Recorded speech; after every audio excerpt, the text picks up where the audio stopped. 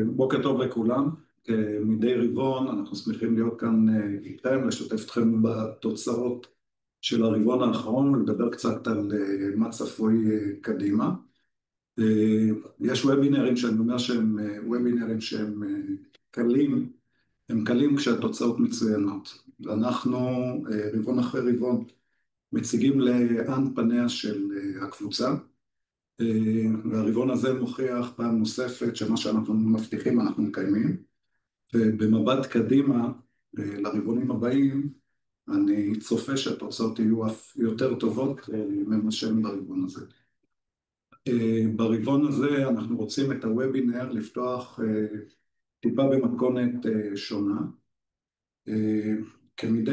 בשנתיים האחרונות כולנו חווים אירועים לא פשוטים שהתחילו ב7 באוקטובר, אירועים מורכבים, ויש לא מעט תעשיות בארץ שתומכות במאמץ המלחמתי.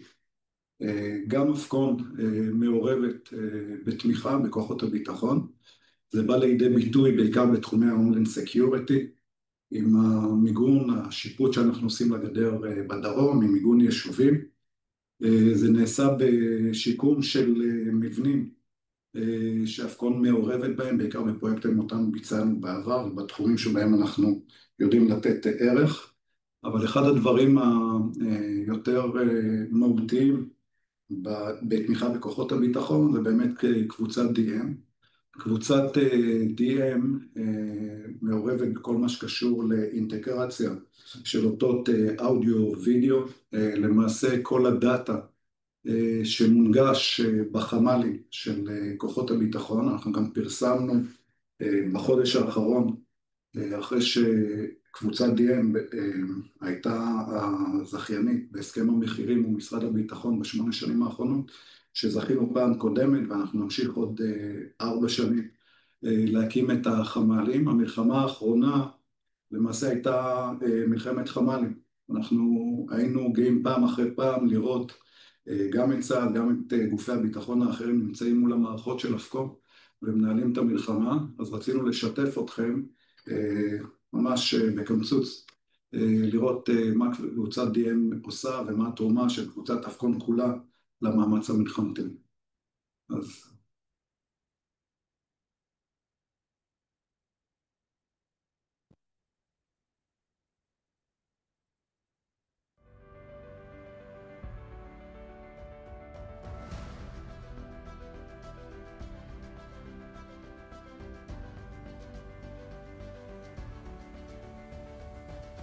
עם כלבי היה מבצע הירואי שנוהל כולו מחמ"לים, חדרי בקרה וחדרי מצב, בהתקפה, בהגנה מפני טילים וכטב"מים ובטיפול במקרי חירום בעורף. בבת אחת נפתחו מוקדי השליטה במדינת ישראל, שניהלו כמויות אדירות של מידע שזרם מהשטח, לטובת קבלת החלטות מבצעיות וניהול אירועי חירום בזמן אמת. התשתית הטכנולוגית שהקימה ומתחזקת קבוצת DM עבור זרועות הביטחון, שירותי החירום והשלטון המקומי, אפשרה עבודה חלקה ללא תקלות. בשעת מבחן, כשמערכות המדינה פועלות מסביב לשעון, אנחנו שם. כשכל שנייה קובעת, אין מקום לפשרות. אנחנו מחברים, מאבטחים, מאפשרים קבלת החלטות בזמן אמת. וגם בכיתות החכמות, בלמידה מרחוק, במרכזי קהילה ובמרכזי תשתיות לחוסן לאומי. מעטפת שלמה של פתרונות טכנולוגיים, אודיו וידאו, מולטימדיה, תקשורת אקטיבית ופסיבית, סייבר ו-IT. זאת המומחיות של קבוצת DM. DM גרופ מקבוצת אפקון, התשתית הטכנולוגית של החזית והעורף.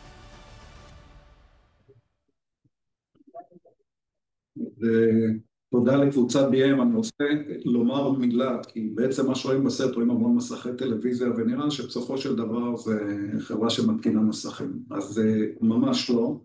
הטכנולוגיה של DM בעצם באה לידי ביטוי במטריצות שאנחנו מפתחים, מטריצות מסווגות. בסופו של דבר כשכוח לוחם נמצא בנקודה מסוימת ויש מספר אמצעי חוזק שצריכים על פיהם לקבל את ההחלטה אם פונים ימינה או שמאלה, והמפקדים נמצאים מאחור, מקבלי ההחלטות נמצאים מאחור באיזשהו בור, היכולת להעביר דאטה בזמן אמת כשממדגים אמצעי חוזי מצד אחד לצד שני, זו המומחיות של קבוצת DM, כי בסופו של דבר כשאתה מעביר אמצעי חוזי ופתאום התמונה נעלמת, זה יכול לעלות בחיי אדם. אז זו המומחיות של קבוצת DM, ואנחנו גאים שהיא חלק מקבוצת אפקון. אז נעבור על מצגת המשקיעים. אנחנו פרסמנו את התוצאות היום בבוקר, ונתחיל על זה. אז כמדי רבעון, קודם כל איזושהי סנפשוט על התוצאות. אנחנו עם אותו מספר עובדים, יש לנו ירידה במחזור, אנחנו נסביר אותה, חלק ממנה צפויה, חלק ממנה לאור האירועים שהיו במהלך יוני, המשק עצר למשך כמעט שבועיים, ההון העצמי גדל 564, שווי השוק שלנו מטפס, האבידה, אתם יודעים, אני כל הזמן אומר שאנחנו מבטיחים ומקיימים, האבידה אף יותר גבוהה ממה שהצגנו ברבעונים, בצפי קדימה, אנחנו כבר בקצב חצי שנתי של 170 מיליון, אם אנחנו מסתכלים על הרבעון האחרון, אנחנו בקצב שכבר מתקרב ל-200 מיליון, והרווח הנקי שלנו איתן, והוא יהיה עוד יותר גבוה ברבעונים הבאים. מספר דגשים, אז קודם כל אני מדבר לא מעט על האסטרטגיה שיצאנו לדרך בסוף 22, אנחנו ממשיכים ליישם את אותה אסטרטגיה, מנצלים את ההזדמנויות העסקיות ומפתחים את תחומי הליבה שלנו. לגבי מנועי הצמיחה והצפת ערך, אז פתחה מאיה ואמרה שאנחנו נציג גם את שוק ההון וגם נדבר על עסקת סאנפלאואר. אני חושב שעסקת סאנפלאואר מביאה לידי ביטוי בדיוק את הנקודה הזו באסטרטגיה שלנו. ממשיכים לצמוח תוצאות C לאפקון, לפחות בעשור האחרון, וממשיכים בכל הנושא של מיזוגים ורכישות, כמו בכל רגע נתון בקבוצה, אנחנו בוחנים בין 2 ל-3 חברות נוספות שיכולות להוסיף לנו ערך, ככל וניכנס לשליטה בהם. מספר דגשים, אני לא אעבור על כל השקף עם דגשים, בסופו של דבר מכיל את כל החציון, אני אעבור רק על מה שבולט, אלה דברים שהם באמת קרו ברבעון האחרון. אז דיברנו לא מעט בהזדמנויות על כך שאחד מתחומי הליבה שלנו זה היכולת להקים תחנות השנעה. אנחנו מחשמלים את רכבת ישראל, מתכננים ומקימים כרגע 7 תחנות השנעה אחרי שהשלמנו 7 אחרות, פרויקט של מעל 500 מיליארד, וברבעון האחרון זכינו בהקמה של תחנת השנעה היברידית. הנקודה הזו חשובה כי אין תחנות השנעה כאלה בארץ, זו תחנה שבעצם משלבת מספר מקורות, גם אגירה, גם רשת, גם PV, ואנחנו נהיה הראשונים בישראל שמקימים תחנה כזו, פרויקט של 65 מיליון. לגבי סאנפלאואר אנחנו נדבר בהמשך, בהחלט בשורה אמיתית, גם לתחום האנרגיה המתחדשת בקבוצה וגם להשפעות אחרות של העסקה הזו על קבוצת אפקון. הצגנו את DM, זכייה במכרז גוף ממשלתי, היקף צפוי לשנה של 30 מיליון, ל4 שנים, 120 מיליון שקל, בעצם זה אותו הסכם מחירים מול משרד הביטחון, שקבוצת DM תמשיך לפתח ולהקים את מרכזי השליטה של משרד הביטחון, והנפקת אג"ח, הנפקנו לפני כ3 שבועות, תכננו להנפיק 100 מיליון, הביקושים היו מצוינים, הריבית שקיבלנו גם הייתה מצוינת, ולכן הגדלנו את הסדרה ל150 מיליון, יעזור לנו בכל מה שקשור לעלויות המימון. לגבי התוצאות, אז בשקף הזה אנחנו מציגים את החציון הנוכחי לעומת החציון המקביל בשנה שעברה. אנחנו רואים את המגמות, רואים קפיצה משמעותית ברווח הנקי, מ-23.4 שנה שעברה, שכבר 24 הייתה שנת המפנה, אנחנו קופצים ל-35 מיליון. בחציון הנוכחי אנחנו מציגים 35, כי אנחנו לא מתחשבים בזוז פאוור, נייר ערך שאנחנו מחזיקים ובעצם משנה את התוצאות לכאן או לכאן, אז בפעילות הליבה שלנו אנחנו ב-35 נקי, אנחנו רואים את האבידה ממשיכה לצמוח מ-71 ל-85, בשקף הבא אנחנו נראה גם את המגמה הרבעונית, וכמובן נגענו בזה, הירידה בהכנסות, למעשה יש שלושה גורמים שהשפיעו על הירידה בהכנסות. אחד, זה היציאה מתחום ההנדסה האזרחית, שתחום עתירת היקף, זה משפיע בכלל על פרויקטים שהיינו עושים תחת קורת גג אחת. הדבר השני זה שהרבעון הזה בעצם היה 5 שישיות, אנחנו וכל המשק במשך השבועיים האחרונים של חודש יוני לא עבד, זה השפיע בהחלט על ההכנסות.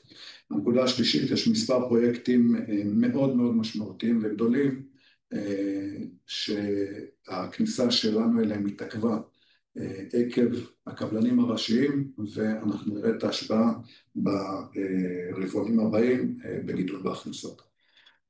כשאנחנו משווים את הרבעון השני השנה אל מול הרבעון הראשון, גם כן מאוד משמעותי מבחינתנו לראות את ההתפתחות במהלך השנה, אז אנחנו רואים ברווח הנקי קפיצה מ-14.4 ברבעון הראשון ל-20.6 ברבעון השני, אבל אני אומר בלב מלא, יש עוד למה לצפות בהקשר של השיפור בתוצאות ברבעונים הבאים.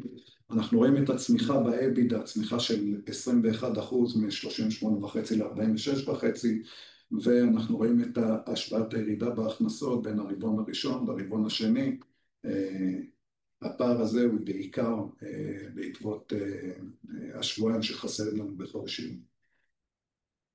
לגבי התפתחות הצבר, אז קודם כל אנחנו רואים שבתחום האלקטרומכני, בתעשייה, שומרים על צבר איתן, 1,300,000, קצת יותר מאשר בתחילת השנה.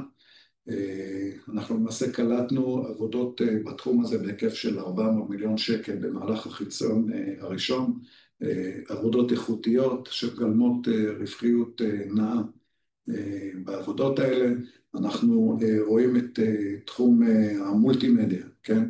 בתחילת, אנחנו רואים גידול ביחס לשנה שעברה בעקבות זכייה במספר מכרזים מובילים. תחום המנ"מ שומר על צבר עבודות מאוד מאוד גבוה, אנחנו ממשיכים להיות מובילי שוק בתחום הזה, ואת הצבר בתחום ההנדסה האזרחית ממשיך להיאחד. כמו שהבטחנו, באמצע שנה הבאה אנחנו נהיה מחוץ לתחום הזה.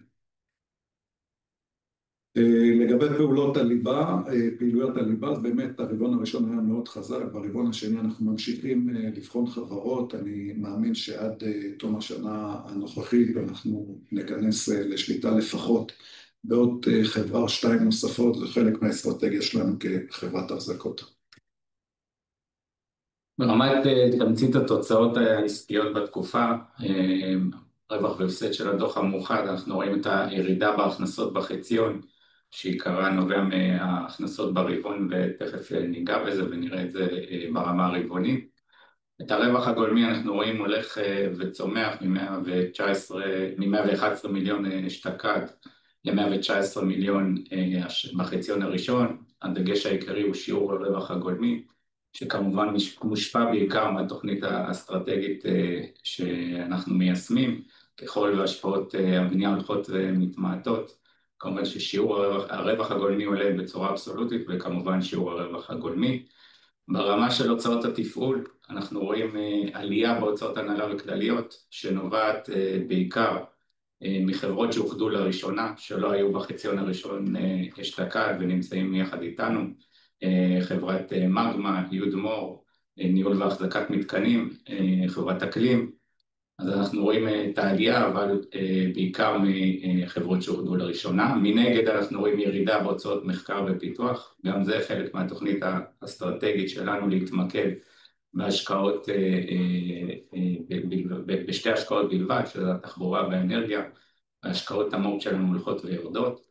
סך כל רווח תפעולי בחציון של כ-48 מיליון, מול 37 מיליון אשתקד, עלייה של 11 מיליון, שיעור רווח תפעולי של 6%, עולה בהתאמה לשיעור הרווח הגולמי.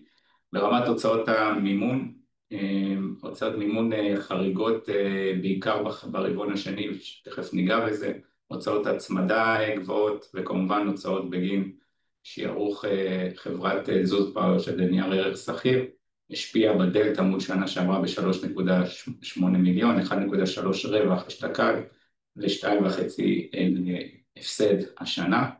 ברווח לפני מיסים על הכנסה אנחנו ב-29 מיליון, גם פה אנחנו רואים עלייה, ברווח נקי ללא שיערוך זוז פאוור של 35 מיליון שקלים. ברמת הרבעון אפשר לראות את עיקר הירידה שדיברנו קודם, דודי נגע בזה, עם השפעות מבצע מקקל אביב שהשפיעו עלינו מול אשתקד, רווח גולמי שהסתכם ב-63 מיליון, שיעור הרווח הגולמי ממשיך לעלות, היינו 14.8 בחציון, אנחנו ב-16% ברבעון, שיעור רווח התפעולי עם 7%, מה שנקרא, דיברנו על זה בעבר, שזה שיעורי הרווח התפעולי שאנחנו רוצים להתחיל לראות ברמה המאוחדת, בין 7-9%, אנחנו בדרך לשם ואנחנו נתמקד עכשיו בהגדלת ההיקפים ושימור שיעור הרווח התפעולי הנאי הזה. סך הכל רווח תפעולי ברבעון של 27.5 מיליון, שהוא שיא כל הזמנים ללא הכנסות והוצאות אחרות. הוצאות המימון, נגעתי בזה ברמה החציונית, אז הושפעו בעיקר ברמת ההצמדה, עם 1.3% הצמדה הרבעון שהשפיע על סדרת אג"ח סדרה ד', ומכאן העלייה היחסית חריגה ברבעון. עם שורת המיסים אנחנו ממשיכים להכיר בנושאי מס נמוכים, בגין צפי לניצול ההפסדים שצברנו בעבר במספר פעילויות שהיום רווחיות. רווח נקי לרבעון הסתכם ב-20.6. אנחנו נצלול לתוך המגזרים, אז קודם כל מערכות EPC ובנייה. אנחנו דיברנו בעבר שאחד המגזרים שהשפיע הכי הרבה על הרווחיות של הקבוצה, זה השיפור במגזר הזה עם היציאה מתחום הבנייה, ובעצם הצפת הביצועים האיכותיים של תחום מערכות ו-EPC.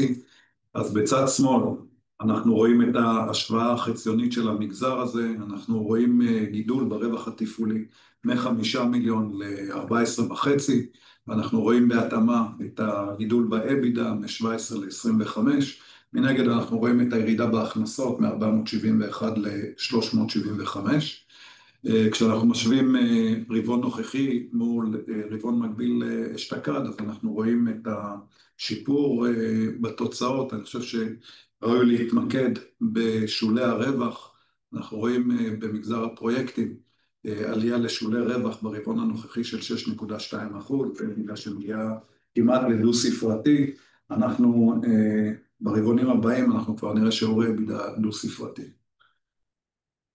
לגבי תחום הבקרה והטכנולוגיות, אנחנו ממשיכים להרחיב את הפעילות. אנחנו רואים גידול חציון מול חציון בהכנסות.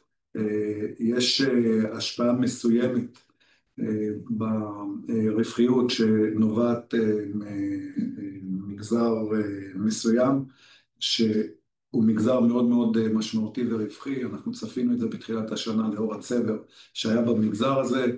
אנחנו קולטים בשנה האחרונה המון עבודות במחלקה הזו, זה תחום גילוי האש, והדבר הזה יתאזן ויחזור להיות ברווחיות שהורגלנו אליה בעבר.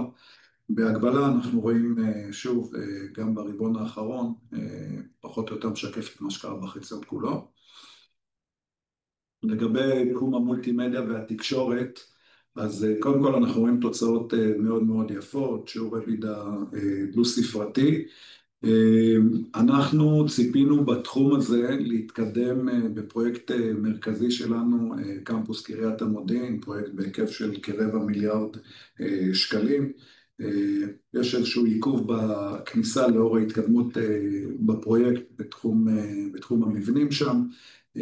נכנסנו לפרויקט בעיכוב של 8 חודשים, החודש סוף סוף נכנסנו לפרויקט, ואנחנו נראה שינוי מאוד מאוד משמעותי בהיקף הפעילות במגזר המולטימדיה והתקשורת. ברבעון בסך הכל אנחנו מראים תוצאות פחות או יותר כמו שציפינו. מגזר שמאוד מעניין להביט עליו ולעקוב אחריו בשנתיים הקרובות לאור הפרויקט האסטרטגי הזה בקמפוס קריית המודיעין. לגבי תחום הסחר, אז תשמעו, לא יכולנו לצפות לטוב יותר. תחום הסחר הוא אחד מתחומי הליבה שלנו. אנחנו בוחנים כל העת איך אנחנו מרחיבים עוד ועוד את הפעילות. אנחנו רואים גידול בהיקף המחירות, אבל גידול עוד יותר משמעותי בשולי הרווח, עם עלייה בחציון ביחס לשנה קודמת, מ-11.7 ל-15.5 פחות או יותר, ואבידה שחציונית שמגיעה כבר ל-17 מיליון, לשיא כל הזמנים בתחום הסחר. אני מזכיר, תחום הסחר זה חברת הטקה הוותיקה, חברת RBS שמחזקת אותנו בכל מה שקשור לתחום ה-IT, וחברת יודמור שמתמחה בתחומי המתח העליון. ברבעון אנחנו רואים בעצם משתפים ועם נתונים זהים, מגמות זהות למה שקרה בחציון. מבחינת מנועי הצמיחה, אני קודם כל אגע רגע, שתי מנועי הצמיחה בעצם מרביתם מוצגים לנו בשורת רווחי והפסדי אקוויטי. כמו שהיה ניתן לראות קודם, אנחנו נמצאים שם בהפסד שנובע משתי סיבות עיקריות. הראשונה זה רווחיות בתחום ייזום אנרגיה מתחדשת, בעיקר השפעה של השותפות עם המוסדיים. מנגד אנחנו רושמים הפסדים שנובעים מפעילות הרכבים החשמליים בישראל, חברה בעצם הפכו לתחבורה חשמלית. אנחנו רוצים להפוך את הקערה הזו על פיה ברמה של החברה של אפקון, ובעצם להתמקד בהכנסות ברשת. בעבר התמקדנו, וזה היה גם נכון לאותה עת, התמקדנו גם במכירת מתנים לבתים פרטיים. הפצנו את המותג שלנו, אני חושב שאנחנו מיוצבים היטב בשוק וגם בענף כולו, יש לנו את הנתח השוק הגדול ביותר. נכון לשלב זה אנחנו מנווטים את החברה להמשיך ולצמוח כמובן, ולהמשיך לפתח את הרשת, אבל לעשות את זה בצורה רווחית. איך אנחנו מתכוונים לעשות את זה? אנחנו נבצע פעולות התייעלות, בין היתר כמו שאמרתי קודם, אנחנו נצמצם את הנוכחות שלנו במכירת המתנים הפרטיים, נתמקד בהגדלת הרשת. אפשר לראות שהגדלת הרשת והצמיחה העקבית ברשת, אפשר לראות אותה בהכנסות ממכירות חשמל, ובהתאם לתוצאות האלה אני חושב שהיכולת שלנו לעבור לרווח תפעולי, לרווח בשורת האבידה ולאחר מכן לרווח תפעולי, יוכלו להתממש בטווח הקצר. אפשר לראות עלייה של מחציון ראשון 23 לחציון ראשון 25 של 80%, מחציון 24 ל-25 של 45%. אפשר לראות שגם ברמה החודשית, לקחנו את יולי בהשוואתיות לשנים הקודמות, אנחנו נמצאים בעלייה משמעותית. אגב, יולי 25 עם כ6 מיליון ש"ח הכנסות ממכירות חשמל ברשת הציבורית, הינו בעצם שיא כל הזמנים של מכירות חשמל ברשת בחברה. וכמו שאמרתי, אנחנו נמשיך להשקיע בהטמעת המתנים ברשת הציבורית ונפתח את העסק בהתאם.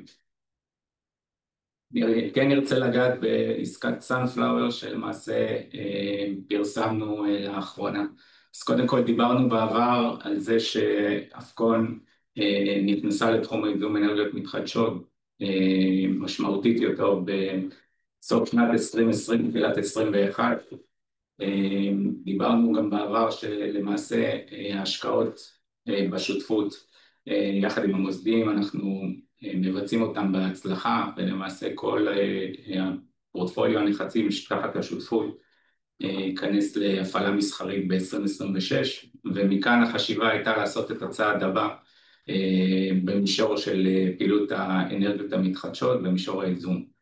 בהתאם לזה חיפשנו עסקה שגם כמובן תציף ערך וגם כמובן תשמר אותנו כשחקן משמעותי בתחום.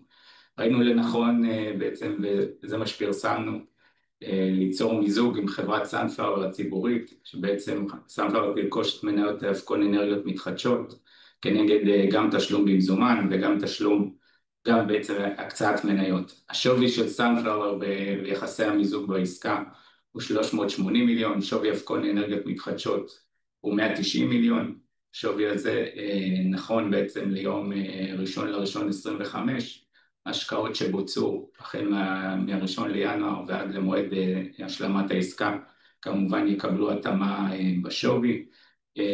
נכון לרגע זה אנחנו מעריכים את זה כ-20-25 מיליון. העסקה, כמו שאמרתי, תתבצע גם בהקצאת מניות וגם בתשלום מזומן, שנכון ל-190 מיליון השווי הזה הוא 85 מיליון. אז קודם כל ההשפעות על העסקה, אנחנו מדברים ברמה של אבקון החזקות, כמובן תהיה לזה השפעה ישירה מיידית לרווח הנקי, בין היתר באמצעות גם הקטנת היקפי החוב ושורת הוצאות המימון. הקטנת היקפי החוב תבוא לידי ביטוי 1 מתשלום המזומן, 2 מעצירת ההשקעות על הפלטפורמה של אבקון החזקות, ובעצם ההשקעות יגיעו מחברת סאנפלאואר הציבורית, וכמובן הצפת ערך חשוב במנוע הצמיחה שהשקענו בו רבות בשנים האחרונות. לפני שאני אגע בפלטפורמה הייחודית והיתרונות האסטרטגיים שאנחנו רואים במיזוג הזה, כן נגיד שבמסגרת העסקה הזו אנחנו נמשיך להיות משמעותיים על ידי נציג בדירקטוריון. מנהל הפעילות שלנו כיום ישמש בתפקיד בכיר גם בחברה הממוזגת, ואיתו אנחנו צופים שגם הצוות הנוכחי שלנו באירופה ובישראל ימשיך. מבחינת היתרונות האסטרטגיים, אז קודם כל מיצוב פעילויות אבקון וסאנפלאואר כשחקן מוביל בתחום האנרגיה המתחדשת. זה לא סוד, אנחנו כולם יודעים וכל חברות האנרגיה פועלות לכך, קונסולידציה בתחום תוביל להיות שחקן משמעותי יותר, היתרון לגודל כמובן שמשחק פה. השילוב הנכון שאנחנו רואים עם חברת סאנפלאואר, אז קודם כל זה השילוב של נכסים מניבים בהפעלה מסחרית, שיש היום לסאנפלאואר, משמעותית יותר מאיתנו, והשילוב של פרויקטים בהקמה ויכולת פיתוח וייזום עצמאיות שיצרנו לאורך השנים בצד שלנו. השילוב הזה בהחלט נכון, ויגרום לנו להרחיב פורטפוליו נוכחי, לעשות לו אופטימיזציה וגם לפורטפוליו בעתיד. אותו שילוב שכמובן תיארתי ברמת הנכסים, הוא נותן גם איזון בין תזרים מזומנים מהותי, בעצם נכסים בהפעלה מסחרית, לבין נכסים שנמצאים בייזום, שהם משמשים כמנוע צמיחה עתידי. הפלטפורמה הזאת, שכמובן היא פלטפורמה ציבורית, תוכל להיות בת דירוג גבוה, שתהיה מוכנה גם לגיוסי חוב וגם לגיוסי הון. סך הכל אנחנו יוצרים פלטפורמה עם מספר בעלי מניות מאוד חזקים, כמובן קרן פיסטון ששולטת בסאנפלאואר, לובי פרטנרס שמחזיקה בסאנפלאואר, אבקון החזקות שמחזיקה באבקון אנרגיות, וגם השותפים העסקיים שלנו, מנורה ומגדל.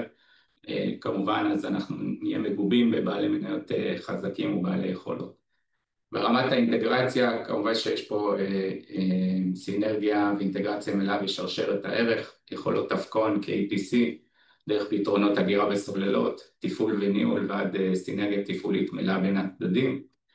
המיזוג עם אבקון אנרגיות מתחדשות וסאנפלאואר בעצם בא לידי ביטוי גם ביישום התוכנית האסטרטגית שסאנפלאואר הציגה בדצמבר האחרון, והיעדים שלה להגיע ל-1 ג'יגוואט מחובר בסוף שנת 2030.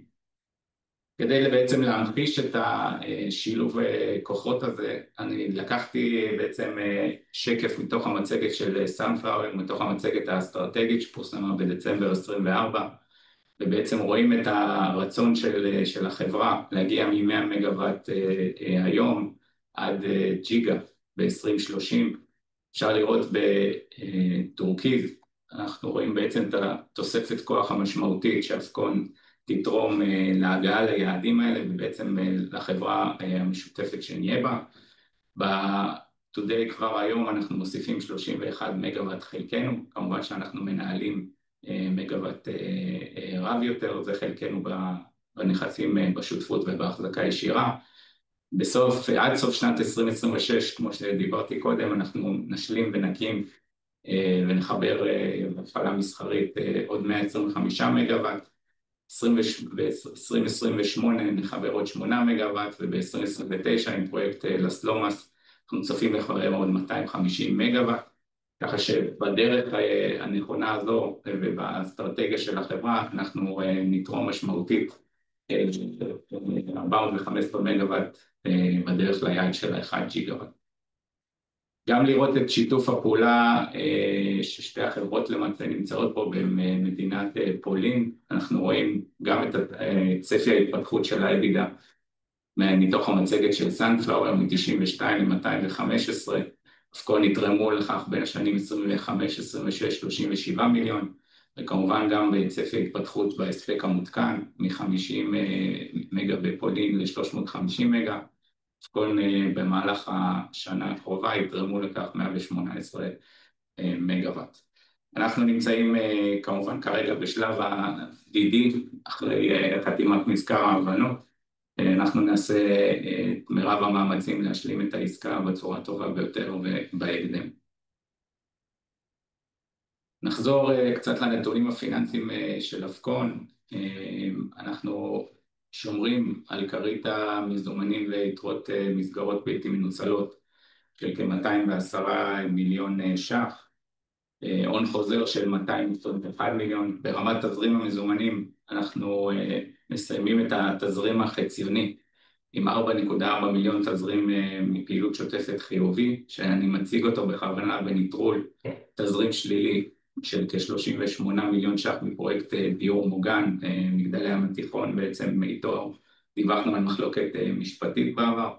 כמובן שההשפעה המשמעותית היא 21 מיליון ש"ח חילוט הערבות, וכמובן עוד הוצאות בפרויקט, תשלומים יותר נכון בפרויקט, שכנגדם לא היו לנו הכנסות. אגב, ברמה הרבעונית, התזרים ללא ההשפעות של מגדלי ים התיכון הסתכם ב-20 מיליון ש"ח חיובי. לעניין מצבת החוב, אז כמה דברים. קודם כל, הנפקה בהחלט מוצלחת לאחר תאריך המאזן. אנחנו רואים את מצבת החוב בחברה, אז מצבת החוב למעשה לאחר ההנפקה הזאת שינתה את פניה, וחוב של כ-150 מיליון ש"ח, שהוא היה חוב יקר יותר משמעותית, ב6.5%, הוחלף בחוב בממוצע, הוחלף בחוב בריבית של 4.48% שקלי. אם מסתכלים על זה, זה חיסכון של 2% על 150 מיליון, כ3 מיליון שקלים שיסייעו לנו ברמת ההוצאות המימון השוטפות לשנה. אפשר לראות את הפריסה של מצבת החוב, החברה תפעל ופועלת להקטין את מצבת החוב, ולהוריד אני אקח את עלויות המימון. כמובן שכמו שדיברתי קודם, עסקת סנפלאואר תתרום לנו משמעותית בנושא הזה. טוב, אז לסיכום אני רוצה לסכם בעצם במה שהתחלתי, אנחנו מסכמים רבעון באמת מצוין, בפרמטרים מסוימים הוא אפילו על הציפיות שלנו, וכשאני לוקח בחשבון את האתגרים שהיו במהלך הרבעון, בעיקר במהלך חודש יוני, אז אני חושב שיש לא מעט למה לצפות גם בהמשך, בכל מה שקשור לכך שאנחנו נפתיע אתכם עם תוצאות טובות גם בעתיד. זהו, שאלות?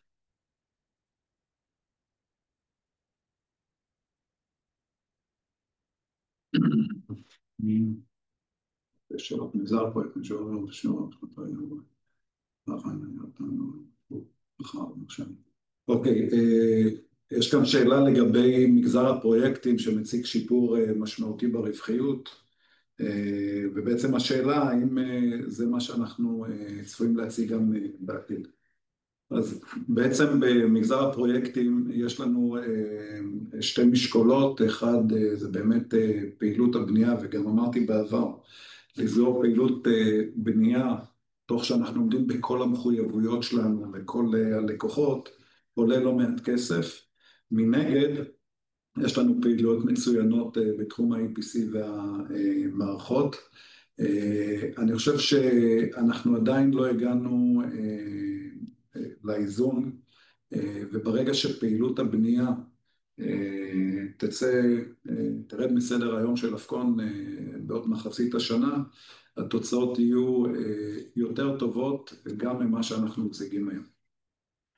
אז אני חושב שזה נותן תשובה לשאלה. בתחום הסחר, ממה נובעת הירידה בהכנסות? אני חושב שבתחום הסחר אנחנו ראינו גידול בהכנסות בחציון, גידול של 7 מיליון, וגידול מאוד משמעותי. השאלה בעצם למה יש ירידה בתחום הסחר, דווקא יש שם... הירידה ברבעון, אבל היא לא משמעותית. הירידה ברבעון, בחציון יש לנו גידול דרך של 5%. תחום הסחר חצה בראייה שנתית את סף ה-200 מיליון שקלים, וכמו שאמרנו, אנחנו פועלים במסגרת מיזוגים ורכישות להגדיל עוד את הפעילות שלנו בתחום הסחר. נכון להיום שולי הרווח בתחום הסחר מגיעים ל-15%, זה בהחלט פנטסטי.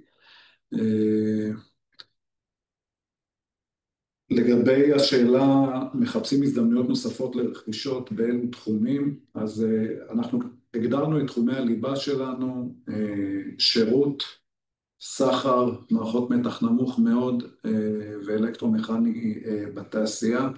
אלה התחומים שבהם אנחנו מחפשים רכישות. כרגע באוויר נמצאות רכישות בתחום האלקטרומכני בתעשייה ובתחום הסחר.